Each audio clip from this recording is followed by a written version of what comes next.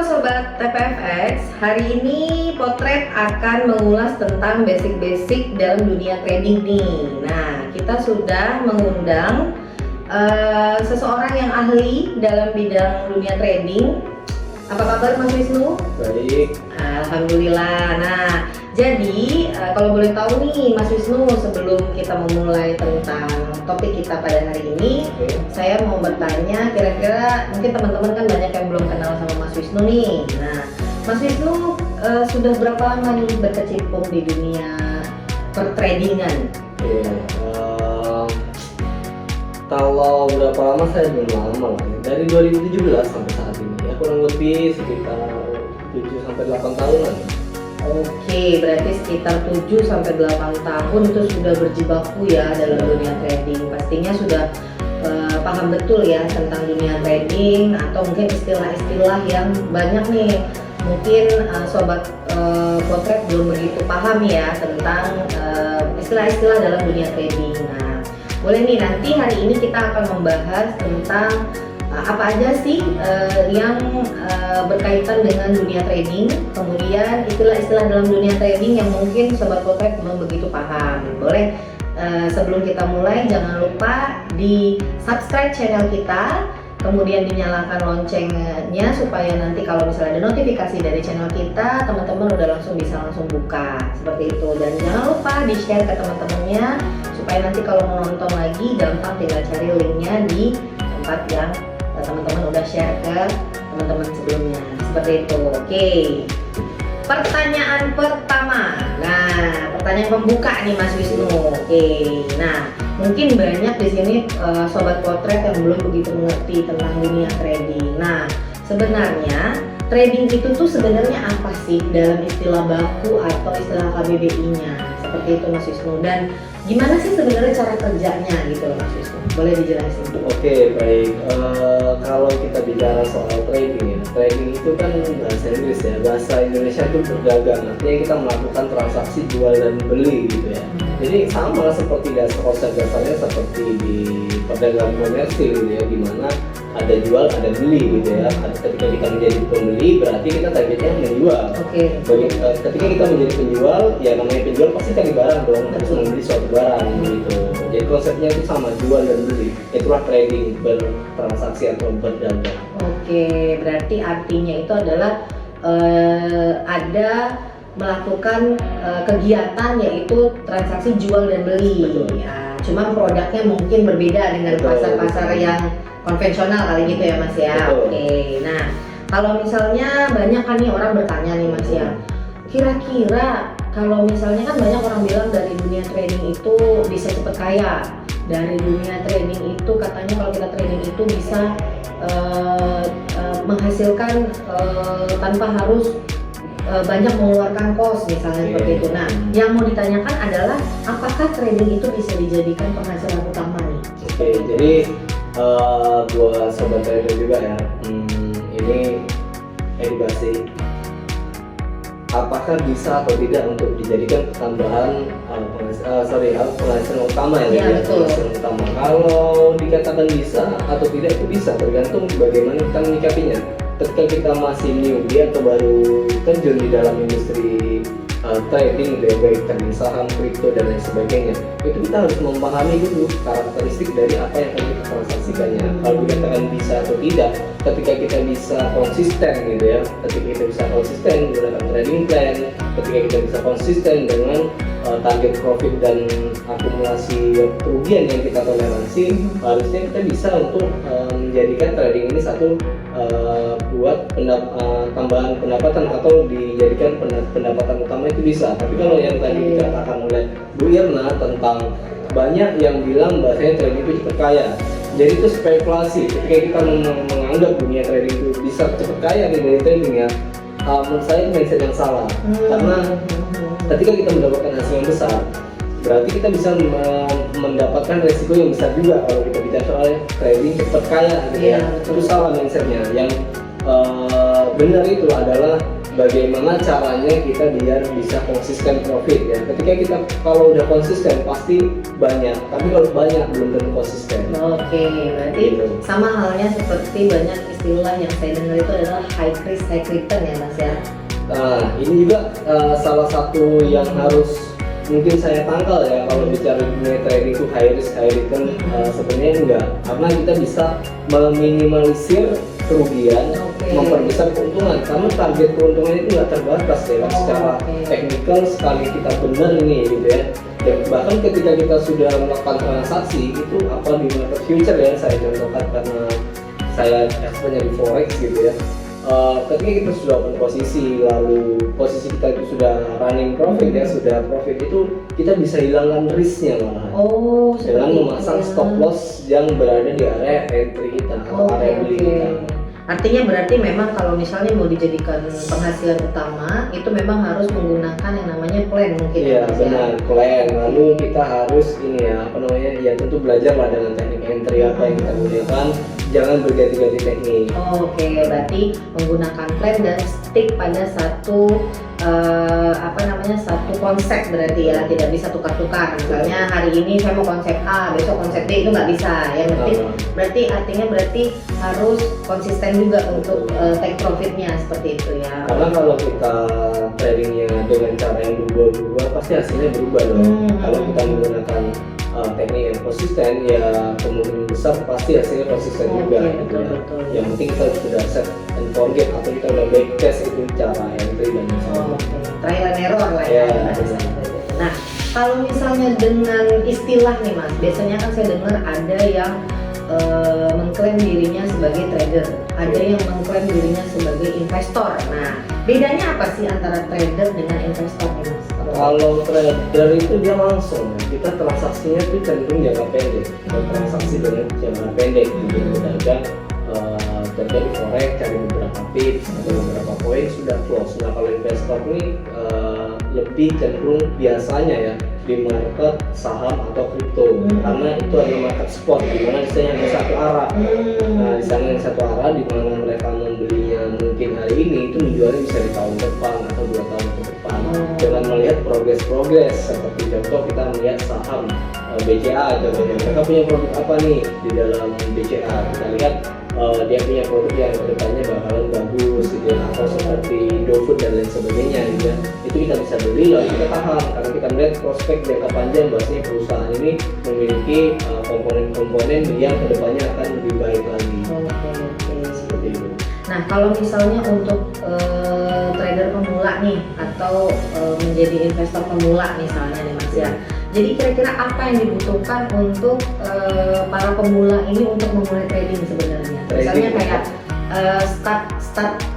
starter kitnya lah gitu loh untuk memulai masuk ke dunia trading. Menurut Mas Wisnu itu harus melakukan step-step apa nih? Yang pertama tentu harus latihan ya, karena layak atau tidaknya kita di dalam market itu sama seperti kita berlatih bermain bola. Ya, sama seperti saya gambarkan bermain bola saja biar gampang, karena kita tahu mega bintang ya sekelas Messi dan Cristiano Ronaldo, mereka itu berlatih setiap hari gitu. Siapa yang kenal mereka, tapi sekelas mereka aja masih latihan setiap hari gitu ya. Nah itulah pentingnya latihan. Ya langkah dasarnya tentu kita harus memahami komponen apa yang akan kita masukin. Kita cocoknya itu sebagai trader apa, atau menjadi investor apa, saham kah, cryptocurrency atau forex future ya. Itu kan berbeda-beda nih, karena karakteristik dari sebuah trading itu berbeda-beda, forex beda, emas beda, saham beda, cryptocurrency juga beda, jadi memiliki perbedaan. Makanya kita harus ada pendekatan terhadap apa yang ingin kita transaksikan. Itu berarti lebih mengenal si produknya dulu di awal ya, baru kita take action mau jadi investor atau mau jadi si trader tadi. Kita cocoknya juga jadi trader apa, jadi di dalam trader kan ada istilah scalper, swing trade. Berarti itu juga harus dipelajari juga ya. Banyak nih teman-teman ilmu yang didapat nih dari podcast kita hari ini. Makanya jangan lupa ikutin terus, jangan lupa nyalain loncengnya, dan jangan lupa untuk di-share ya. Oke, kita lanjut lagi. Nah, untuk persiapan sebelum trading nih Mas, biasanya apa yang harus dilakukan? Misalnya bagaimana cara memilih broker yang terpercaya? Ya kalau di Indonesia sendiri tentu kita harus mengikuti 50-50 lah ya yang namanya legalitas, karena kalau kita transaksi di broker yang legal minimal kita punya keamanan untuk dana kita gitu ya. Mau kita masukkan broker besar pun selagi broker lokal yang regulasinya itu ada di Indonesia, kita lebih mudah nih untuk ketika ada masalah dari penarikan dan lain sebagainya itu pengurusannya kan perusahaannya ada di Indonesia gitu ya. Selain kita datang ke kantor, kita juga bisa mencari lisensinya. Contoh seperti broker saya kebetulan tim development dari TPFX ya, teman-teman juga bisa searching bahwasanya TPFX itu legal gitu. Dari mana? Dari Bapepti. Jadi kita ada website bapepti.co.id. Jadi ketika kita ingin memilih broker untuk melakukan transaksi yang minimal yang legal di Indonesia, terlepas dari broker luar negeri gitu. Oke. Pertanyaan selanjutnya nih Mas, kalau misalnya nih untuk trader pemula, apakah akun demo itu perlu untuk dipelajari atau sebenarnya bisa langsung terjun saja ke akun yang real ya, akun yang real ya, biasa kita sebut namanya akun real. Menurut Mas Wisnu seperti apa? Kalau dari sudut pandang saya, akun demo seberapa penting itu penting banget gitu, karena kita untuk backtest ketika kita menggunakan uang asli gitu ya, ketika kita mencoba suatu strategi atau teknik yang akan kita gunakan, ketika kita menggunakan uang asli itu sangat beresiko ya, karena kita belum paham nih tekniknya ini holy grailnya berapa persen ketika kita menggunakan teknik tersebut gitu ya. Jadi akun demo itu syarat dari kita latihan. Bahkan ketika sudah memegang akun real juga, akun demo itu penting juga loh terkadang. Ketika kita mungkin kan banyak aspek yang melibatkan dunia tradingnya, terutama psikologi. Ketika kita menggunakan uang real, contoh kita mengalami kerugian yang beruntun nih, secara psikologi ini udah mindsetnya sudah bukan trading lagi tapi berjudi, beda gitu ya. Karena ketika kita berjudi kita punya plan, ketika saya profit berapa, ketika saya loss berapa, dan itu sudah ditoleransi. Nah, ketika kita belum bisa mengontrol emosi kita saat melakukan transaksi, ketika kita stop loss atau saat kita menjual rugi ya, itu rasanya pengen cepet balikin, dan yang ada kita bukan balikin keadaan, yang ada malah kita tambah dalam ya, dengan modal yang kita punya tadi, modal real gitu ya, itu bisa habis. Oke, bicara soal gini, biar ada sensasinya ketika kita belajar menggunakan akun real, menurut saya itu gimana ya, di akun demo aja kita bisa konsisten nggak? Betul. Nah, di akun demo itulah kita harus bisa konsisten terlebih dahulu. Untuk pemula banget ya, ketika kita bisa konsisten, kita tahu win rate dari strategi yang kita gunakan, ini profitnya berapa, lossnya berapa, setiap bulan bisa diakumulasi dalam berapa kali transaksi, barulah kita bisa try di akun real. Karena kita sudah backtest contoh selama 3 bulan, selama 4 bulan, 5 bulan. Jadi butuh proses juga untuk melihat suatu strategi yang ingin kita gunakan. Berarti artinya kalau kita mau memulai masuk ke dunia trading itu, artinya ada baiknya kita menggunakan konsep kita tadi itu menggunakan akun demo dulu ya, untuk backtest, untuk istilahnya untuk trial dan error ya Mas ya. Baru nanti kita setelah sudah oke, baru kita aplikasikan ke akun real. Jadi memang untuk menjaga psikologi kita juga nih, supaya jangan sampai bermainnya itu menggunakan emosi. Nah, yang saya mau pertanyakan, kadang-kadang ada beberapa orang yang berpikir bahwa akun demo sama real itu kayaknya beda deh. Kalau akun demo kan karena dia mungkin uangnya virtual, jadi bisa diatur, jadi seakan-akan marketnya bisa diatur, bisa menang terus atau segala macam. Nah, menurut Mas Wisnu gimana tuh? Akun real sama akun demo secara teknikal, secara harga itu sama, hanya uangnya aja yang berbeda. Bisa kita lihat dari historical pergerakan harganya itu sama semua. Berarti untuk pergerakannya, untuk bentuk candlenya semua sama ya, cuma yang membedakan adalah uangnya saja. Berarti ya. Oke, nah, membedakan uangnya. Jadi ketika teman-teman bisa profit konsisten di akun demo tapi di akun real nggak bisa profit konsisten, artinya berarti kita secara psikologi itu belum siap.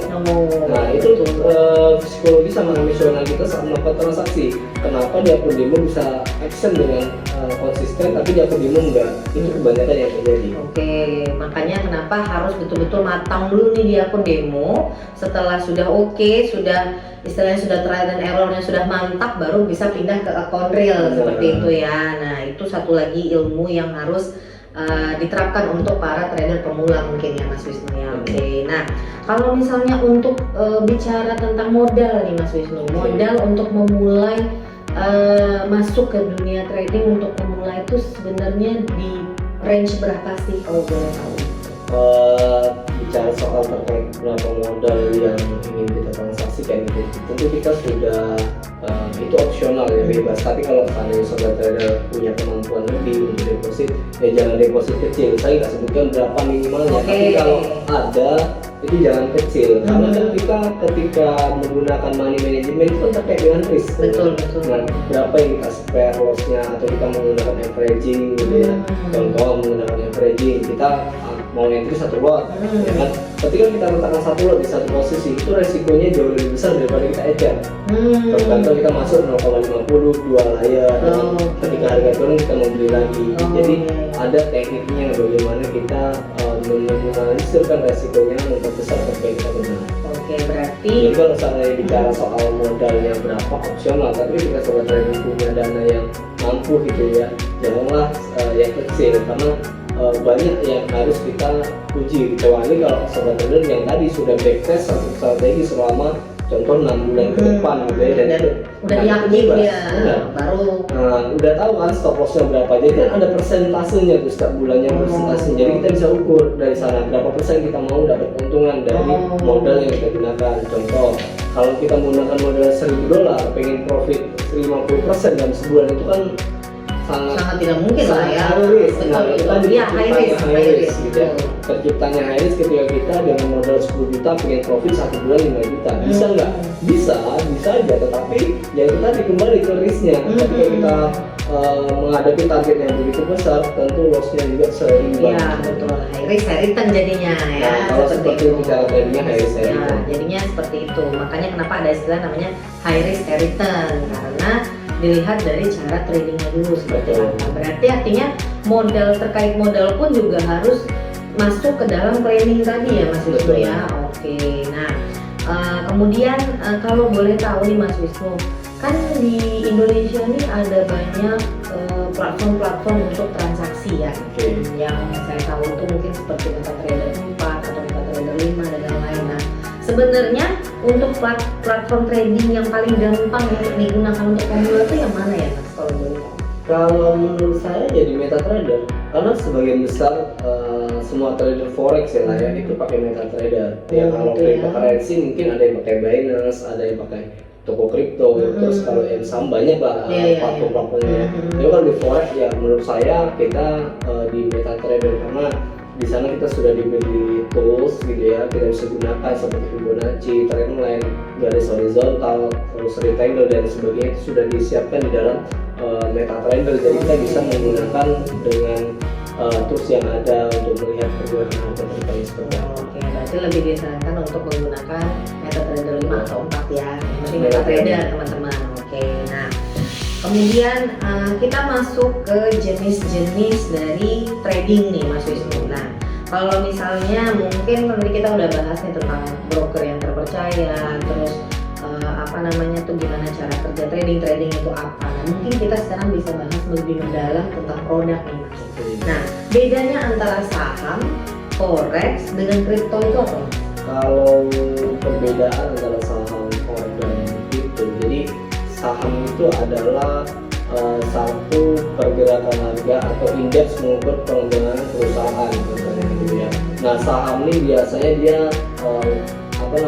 dia kan adanya di market spot tuh, satu arah. Kayak kita long atau beli gitu ya, itu kita membeli, sell ya menjual, atau short itu menjual. Jadi dia ada dua opportunity. Cryptocurrency ini ada terbagi dua. Jadi cryptocurrency ini ada yang spot market di mana kita buy beli sell jual, dan bisa juga dibuat future di dalam cryptocurrency, tergantung kita nyamannya itu trading spot atau trading future gitu ya.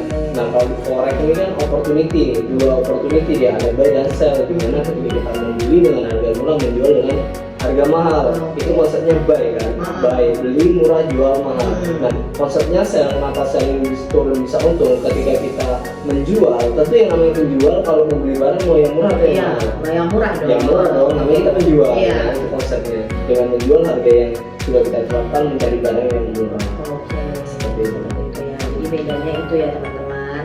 Oke, nah kalau untuk pemula trader nih, newbie misalnya, nah lebih cocok itu dia pakai produknya apa tuh Mas? Yang lebih gampang untuk mereka pelajari gitu kan, untuk menjadi trading pemula.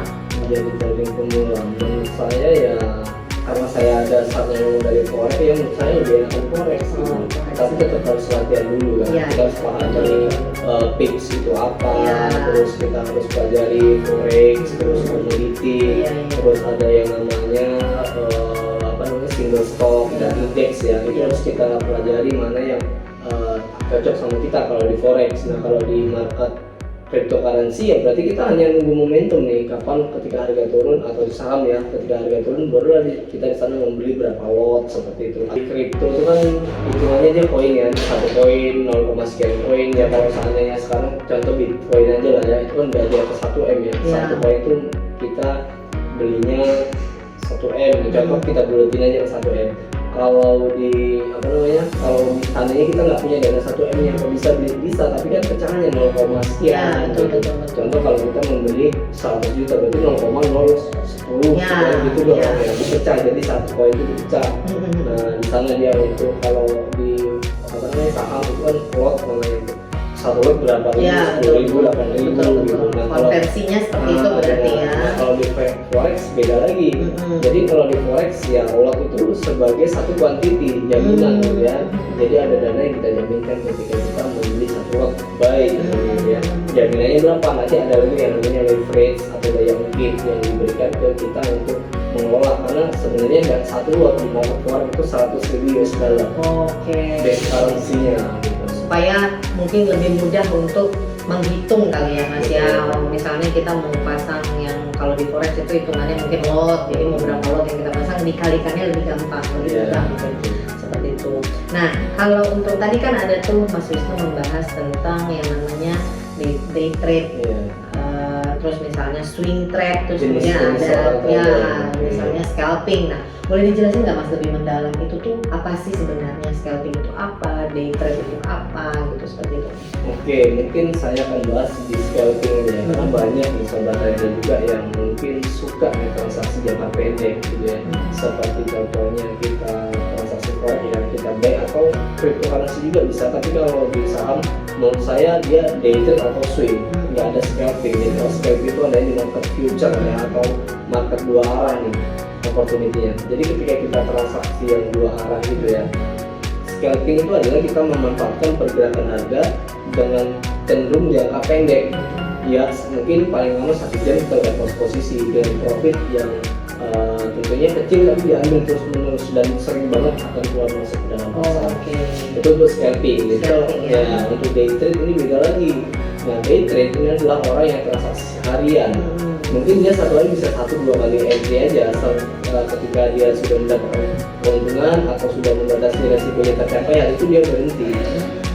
Nah gitu. Jadi berarti harian ya jadinya ya. Nah swing ini tadi juga kalau kita katakan ini adalah strategi jangka panjang, hampir sama seperti yang namanya investor. Tapi kalau investor itu biasanya dia kan nggak sibuk-sibuk lihat chart gitu ya, dia hanya membeli tahan seperti itu. Nah kalau swing trade mungkin dia bisa analisis terlebih dahulu, nanti dia entry-nya contoh hari Senin, jualnya mungkin di hari Jumat atau bahkan minggu depan, bisa seperti itu kalau yang dikatakan swing trade. Dan itu semua tergantung bagaimana mengelola emosionalnya, karena kan berbeda-beda nih. Scalper cenderung lebih stres karena dia sering keluar masuk. Ya betul, karena sering transaksi ya, mungkin dia jadi emosionalnya lebih lebih sering dites di situ daripada yang swing trade tadi mungkin ya. Oke, nah sekarang kita masuk ke poin dimana kita akan membahas manajemen resiko. Nah yang namanya berbisnis itu pasti ada yang namanya untung dan rugi ya Mas ya pasti. Nah gimana caranya kita meminimalisir yang namanya resiko tadi, makanya kita perlu membahas tentang manajemen risiko tadi. Nah, menurut Mas Wisnu strategi apa sih yang harus digunakan untuk menerapkan si manajemen risiko ini agar resiko rugi tadi itu bisa diminimalisir? Kalau kita bicara soal manajemen risk gitu ya, kita kan harus tentukan dulu tadi ya, kita mau market saham, kripto atau forex. Belum saya di forex, jadi saya sharing di market future aja ya. Pentingnya punya strategi manajemen risk itu penting untuk pengelolaan dana kita gitu. Jadi ketika kita sudah tahu apa langkah yang akan kita gunakan ketika kita salah arah, apakah kita akan cut loss atau kita akan walking atau kita akan averaging di sana. Tergantung bagaimana kita mengelola. Penting kita punya manajemen risk, karena itu salah satu pembatasan resiko modal kita ya. Contoh, anggap di sini saya menggunakan yang namanya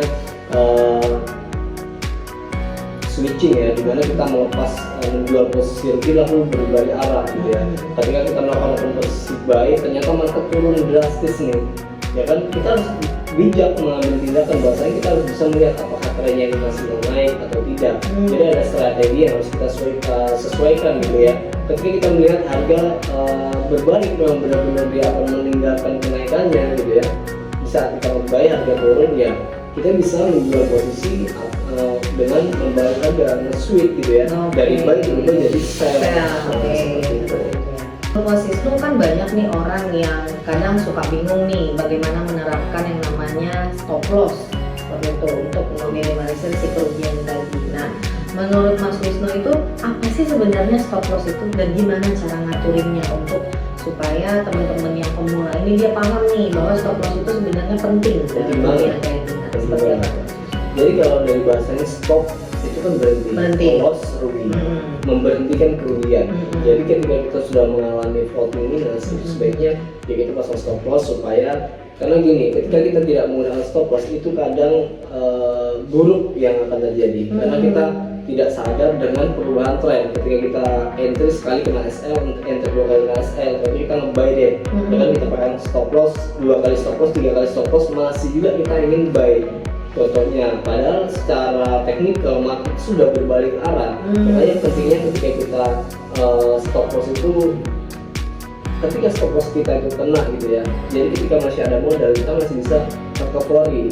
Makanya tadi saya katakan bahwa ketika kita melakukan trading plan itu harus kita nggak bisa hindari berapa resiko yang kita toleransi, dan itu nggak berat untuk kita recovery.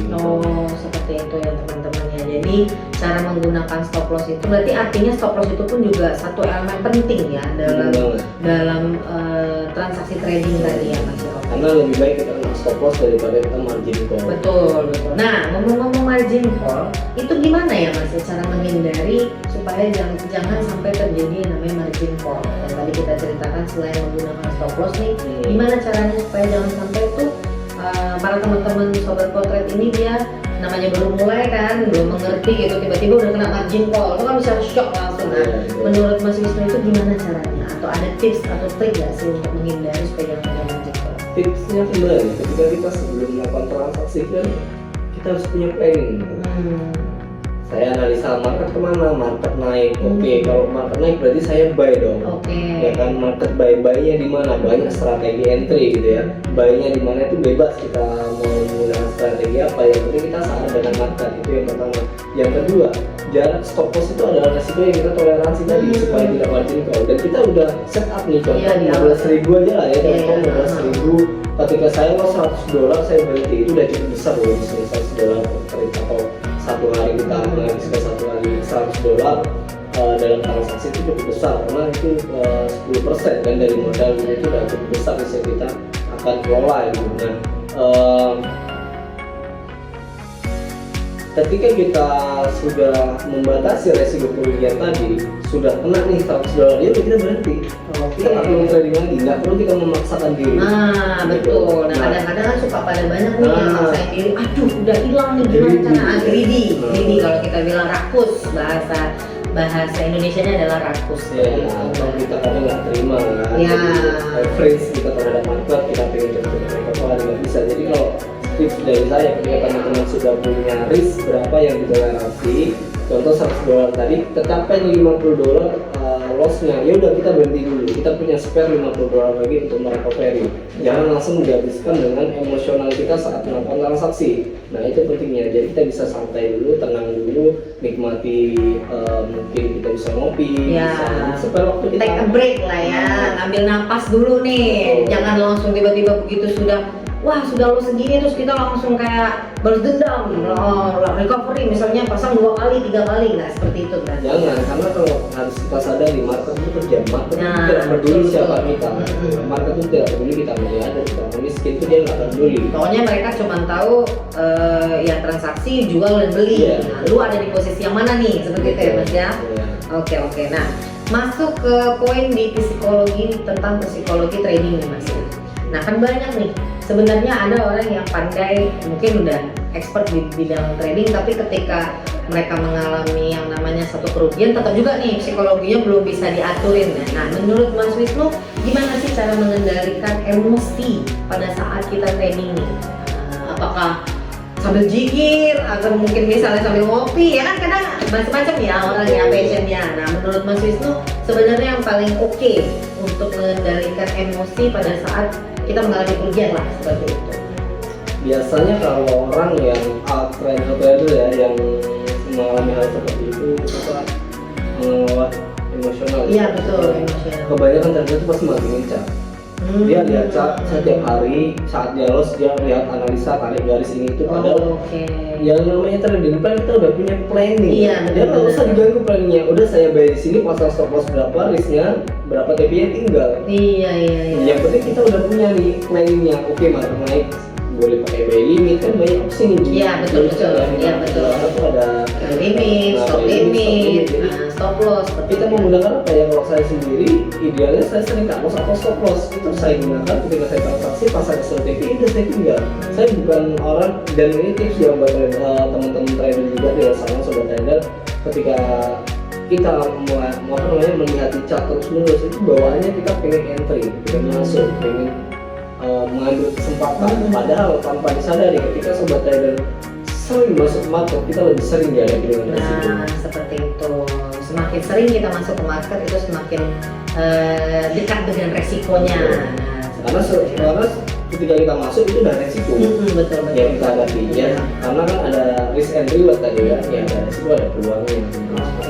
Tapi boleh nggak sih, Mas? Saya dulu pernah dengar nih, ada salah satu teman saya pernah bilang gini.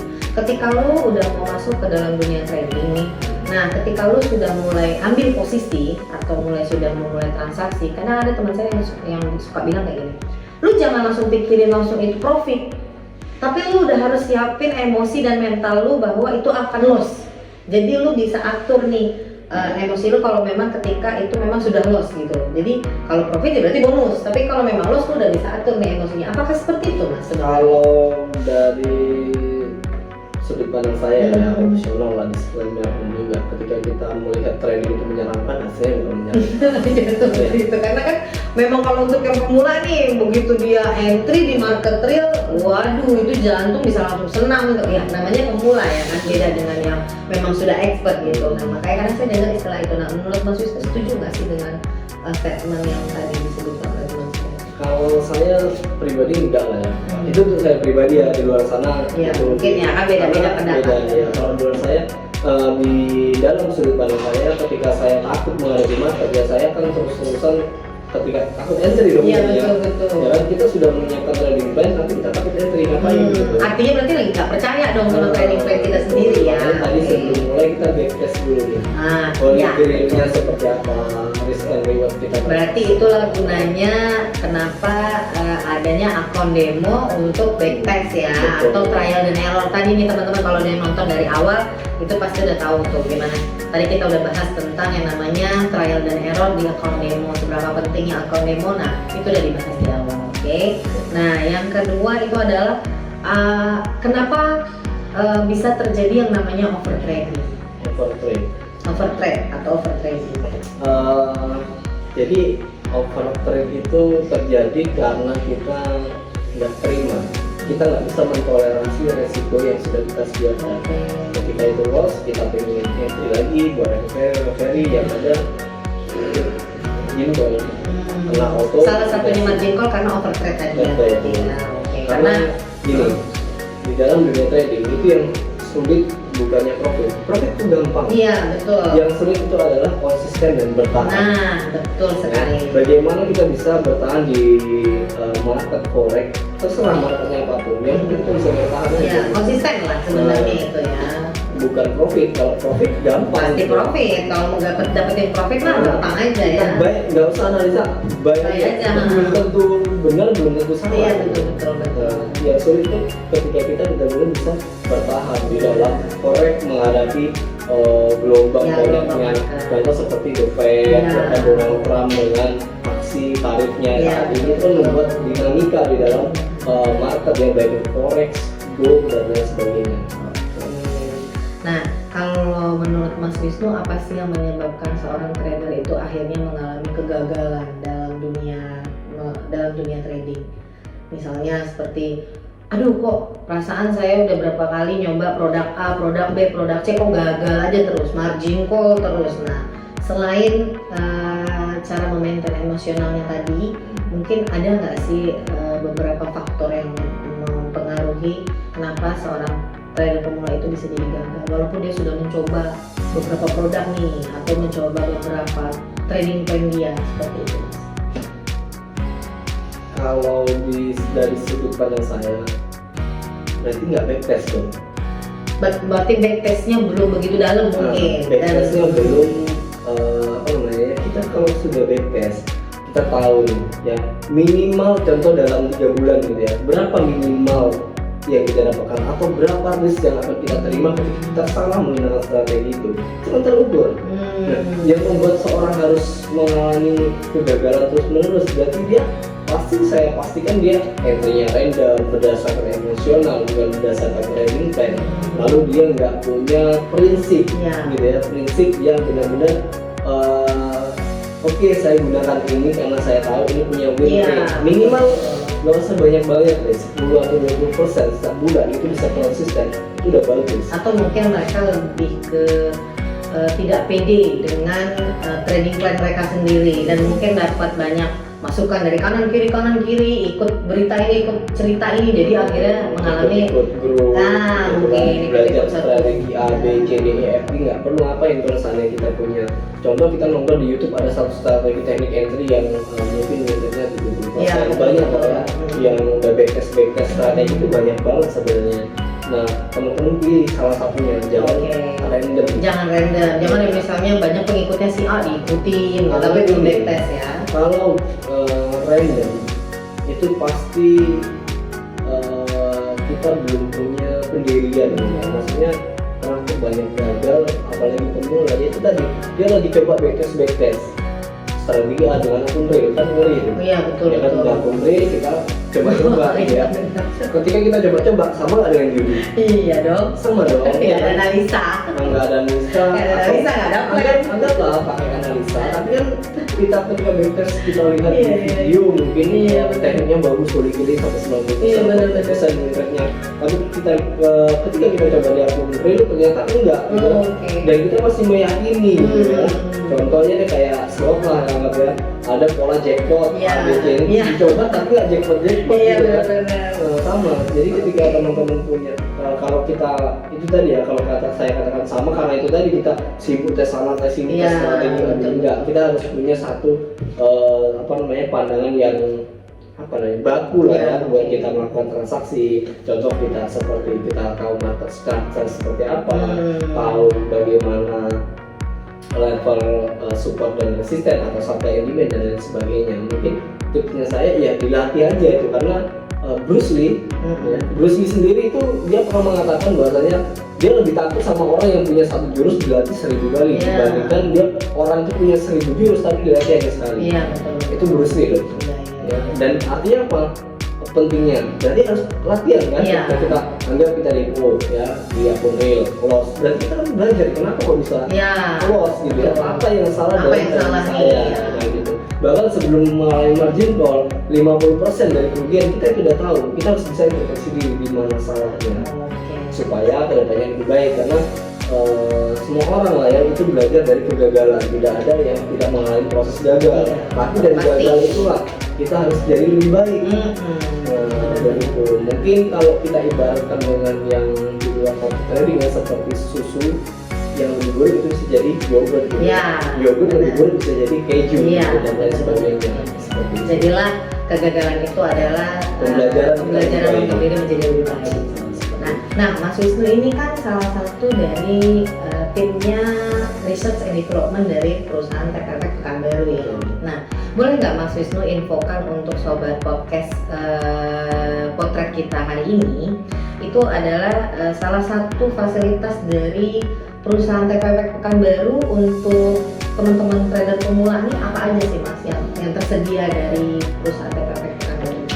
Oke, jadi kalau kita bicara soal fasilitas yang jelas Trijaya itu TPFX lah ya.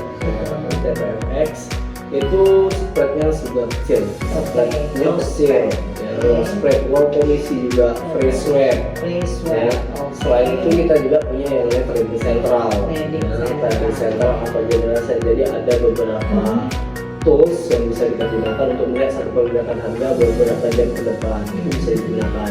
Lalu kita juga punya itu tadi ya tim research and development di mana kami mensupport para klien yang ada di TPFX tentunya untuk fundamentalnya pergerakan harga, teknikal dan lain sebagainya itu kami sediakan. Dan itu seperti di pagi hari itu ada namanya news flash di mana ketika sobat trader ingin transaksi di pagi hari kita memberikan opportunity terkait bagaimana arah market.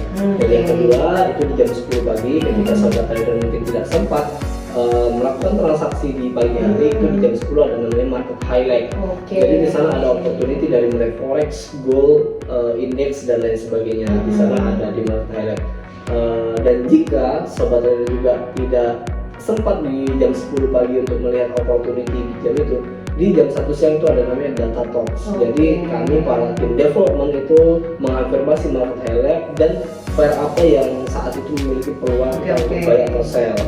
Nah, ketika sobat trader nggak sempat lagi nih ya itu banyak sibuk, misalnya sibuk banget nih gitu banyak ya. kita supportnya di jam 4 sore. Jam 4 sore ada lagi. Itu ada namanya trading opportunity pair. Dan kita tim research and development itu memilih satu pair yang memiliki opportunity yang probability dan low risk untuk ditransaksikan. Nah, lalu ada ketika ada high impact seperti non-farm payroll, PDB, GPI dan lain sebagainya, kita akan selalu mengadain live trade untuk para klien yang ada di TPFX, terutama TPFX Pekanbaru ini juga sering mengadakan yang namanya live trading juga ya untuk pada saat di momen-momen high impact untuk kita yang mengalami yang namanya high impact ya Mas ya. Oke, nah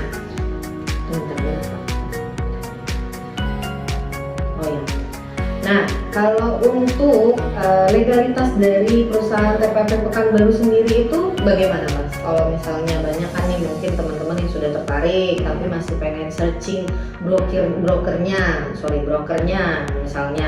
Nah, Mas Wisnu kan salah satu tim dari research and development-nya TPFX Pekanbaru. Nah, boleh jelasin nggak Mas untuk legalitas sendiri dari perusahaan TPFX Pekanbaru itu seperti apa?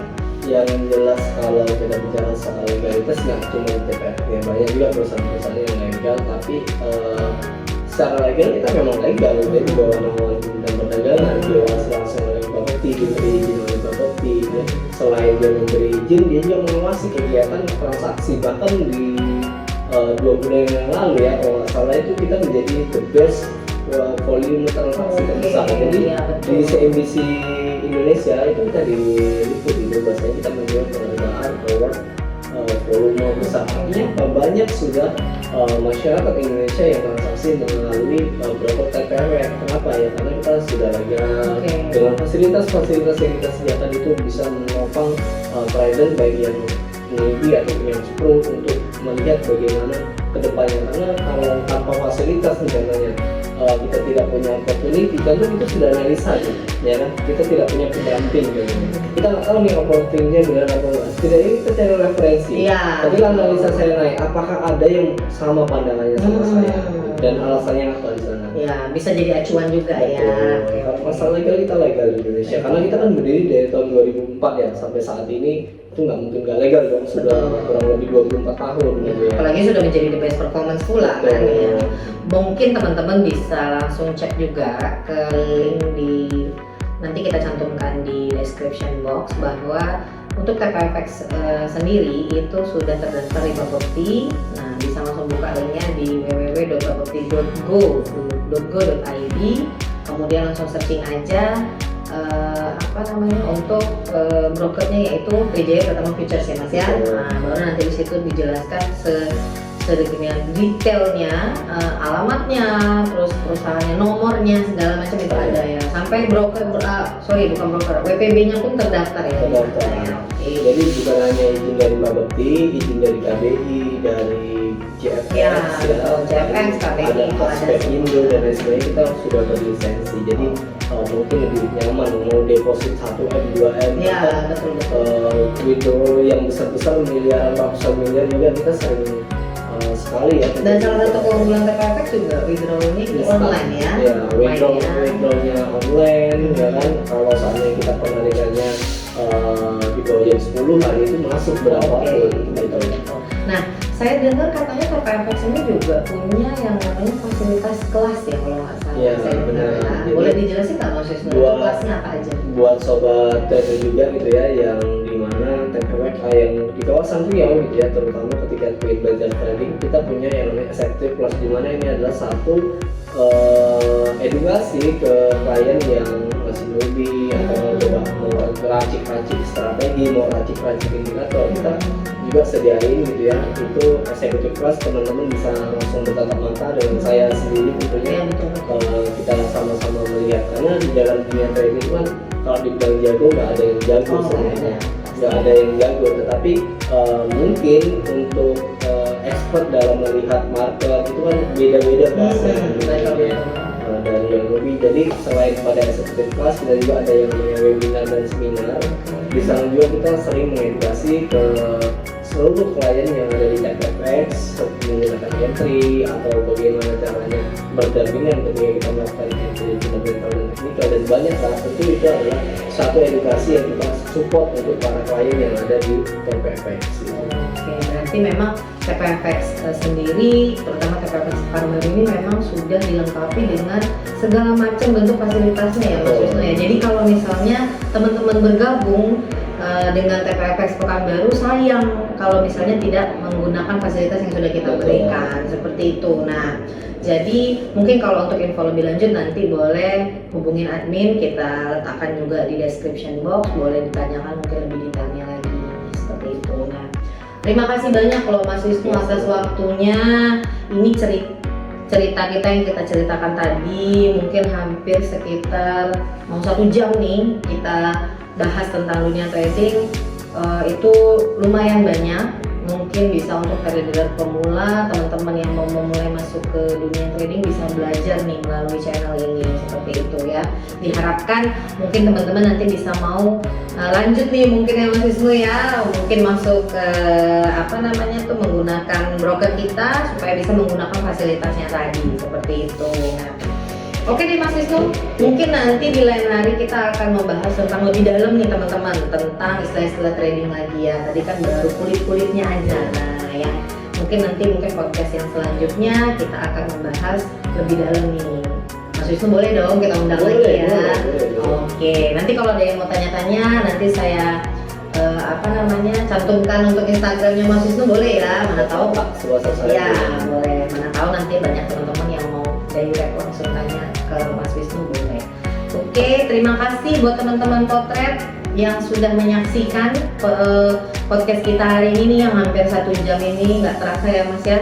Nanti kita akan ada lagi pembahasan mungkin di selanjutnya, kita akan ada pembahasan lagi tentang lebih mendalam tentang istilah dalam dunia trading seperti itu. Oke, terima kasih atas waktunya. Jangan lupa di subscribe, follow, dan komen kalau misalnya ada yang mau ditanyakan, dan jangan lupa di share ke teman-teman kalian supaya nanti untuk mau cari linknya lagi lebih gampang seperti itu. Terima kasih Mas Wisnu. Have a nice day. Thank you.